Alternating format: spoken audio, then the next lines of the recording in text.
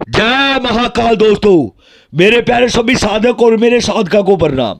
दोस्तों, अगर आपको मेरा चैनल अच्छा लगता है तो इसे लाइक करें, सब्सक्राइब करें और नीचे एक बेल का आइकन दिया गया है, उसको जरूर दबाएं ताकि मैं जो भी नई से नई जानकारी लेके आऊं, कोई साधना लेके आऊं, कोई अनुभव लेके आऊं, वो सब आप लोगों तक पहुंच सके। दोस्तों, आज मैं जो आपके लिए साधना लेके आ रहा हूं, मैं ये साधना एक सबसे ताकतवर देवी की है, जो कि तंत्र की देवी मां कामाख्या के बारे में तो आप सभी लोग जानते ही होंगे। जिनकी उत्पत्ति, जिस देवी के बारे में अभी आप लोगों को मैं बताने जा रहा हूं, इस देवी की जो उत्पत्ति है ये मां कामाख्या के द्वारा ही हुई थी। मां कामाख्या तंत्र की सबसे बड़ी देवी मानी जाती है, आप सभी लोग उनके बारे में जानते हैं। और इन देवी की जो उत्पत्ति है वो मां कामाख्या के द्वारा ही हुई थी। सबसे पहले तो मैं इस देवी के बारे में आपको बताता हूं, ये देवी है कौन। इस देवी का नाम है उन्मत्त चामुंडा। उन्मत्त चामुंडा है इस देवी का नाम। यह देवी मां कामाख्या के द्वारा ही उत्पन्न हुई थी। किस तरीके से उत्पन्न हुई थी इसके बारे में भी आपको पूर्ण रूप से बताता हूं मैं। सबसे पहले तो इसकी साधना के बारे में बताता हूं, इस साधना को किस तरीके से किया जाता है। उन्मत्त चामुंडा, मां उन्मत्त चामुंडा के बारे में मेरी वीडियो को शुरू से लेकर अंत तक जरूर देखिए, ताकि आपको मां उन्मत्त चामुंडा की उत्पत्ति किस तरीके से हुई है, ठीक है। ये कामाख्या मां की जो मां कामाख्या है, तंत्र की देवी है, सबसे बड़ी देवी है, उनके द्वारा इनकी उत्पत्ति हुई है। किस तरीके से हुई है, सब चीजों के बारे में आपको ज्ञात होता रहे। आप नरकासुर के बारे में तो सभी लोग जानते होंगे। नरकासुर कौन था? एक बहुत बड़ा राक्षस था जिसके भीतर बहुत अहंकार आ गया था नरकासुर के भीतर, जिसको वध करने के लिए मां कामाख्या ने अपना रूप धारण किया था, ठीक है। उसके दो पहरेदार थे, मां कामाख्या के दो पहरेदार थे। एक तो उन्मत्त भैरव थे उनके पहरेदार, जो उनके स्थान के बाहर रहते थे। जब नरकासुर ने मां कामाख्या से उनके दरबार के अंदर जाने की इच्छा रखी, जो उनके साथ विवाहित करने की इच्छा रखी, तब मां कामाख्या ने उनका वध करने के लिए अपना अवतार लिया था। जो उन्मत्त चामुंडा है, मां उन्मत्त चामुंडा, उन्मत्त चामुंडा की जो उत्पत्ति हुई थी ये मां कामाख्या के नैनों से हुई थी, आंखों से हुई थी। मां कामाख्या के उन्मत्त चामुंडा की जो उत्पत्ति हुई थी, उस समय मां उन्मत्त चामुंडा ने नरकासुर को वध करने की अपनी इच्छा जाहिर की मां कामाख्या के सामने। जब साक्षात अपनी मौत को सामने खड़ा देखा नरकासुर ने, तब उसका पूर्ण रूप से अहंकार टूट गया। उसके बाद नरकासुर ने मां कामाख्या से क्षमा मांगी। उसके बाद उन्होंने मां कामाख्या से यह चीज बोली भी, हे मां, मैं आपके ही इस रूप से, जो मां कामाख्या का रूप है, ठीक है ना, उसी रूप से वध होना पसंद करूंगा, उसी रूप से मोक्ष होना पसंद करूंगा मैं।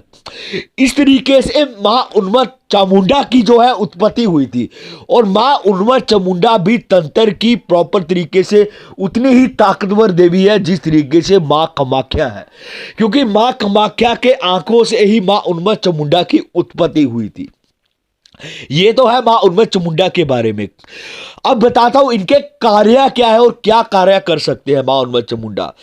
जो मां उन्मत्त चामुंडा है ये आपको हर प्रकार के तंत्र में सिद्धि दिला सकती है, क्योंकि मां कामाख्या की उत्पत्ति से हुई है।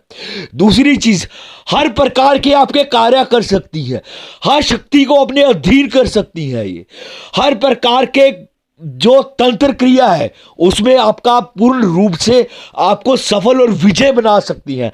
धन के संबंधी मारण, मोहन, वशीकरण, हर चीज के प्रति ये बहुत तीव्र गति से कार्य करती है मां उन्मत्त चामुंडा, एक सबसे ताकतवर देवी। अब इसकी क्रिया को करना किस तरीके से है आप लोगों को यह बताता हूं मैं।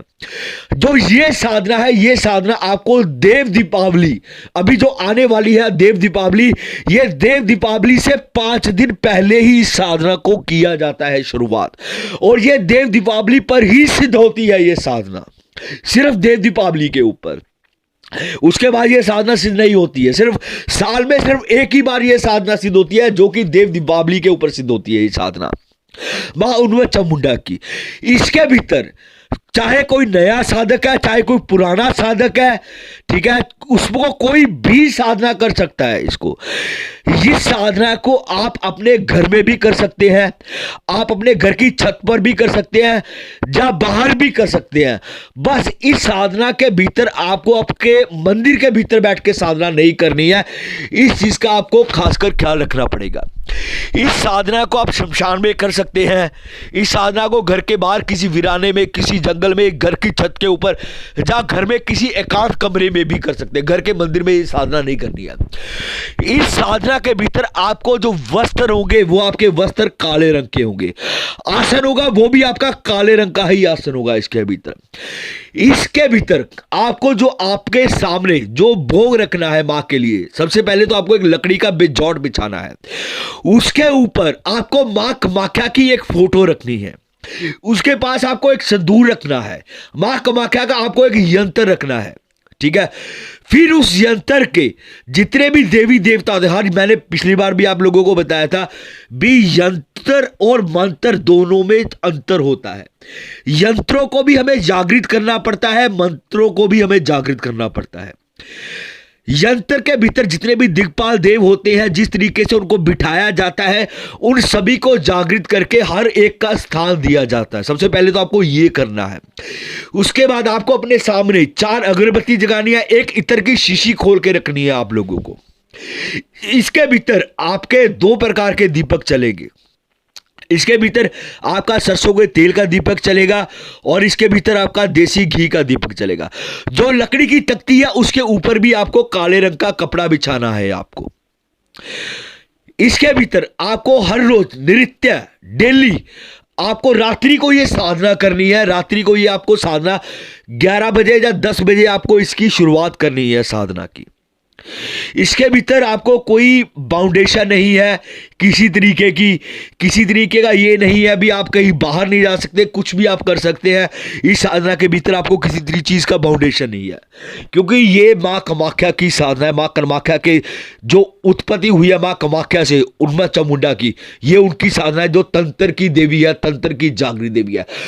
इसको आप सिर्फ 5 दिन के भीतर सिद्ध करते हो, 1001% इसमें सिद्धि मिलेगी ही मिलेगी। ये मेरा वादा है आपसे, मां और मैं चामुंडा से।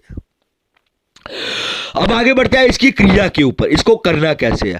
पास में आपको एक नारियल रखना है। आपको उस नारियल के ऊपर आपको काले रंग का कपड़ा बांधना है। आपको जहां चुनरी बांधे कोई भी काले रंग की, सामने आपको श्रृंगार रखना है, पूरा जो काले रंग का श्रृंगार रखना है आपको अपने सामने। उसके साथ आपको मिठाई लेनी है। मिठाई के सिर्फ 3 पीस आपको सामने रखने हैं। एक पीस आपको जो मिठाई का रखना है वो मां कामाख्या के नाम का रखना है। एक पीस आपको देवी देवताओं के नाम का रखना है। जो तीसरा पीस होगा वो मां उन्मा चामुंडा के नाम का आपको रखना है। इस तरीके से ये साधना आपको करनी पड़ेगी और इस साधना के भीतर सिद्धि मिलेगी ही मिलेगी, क्योंकि ये देव दीपावली का बहुत ही बड़ा महत्व होता है इस साल के भीतर।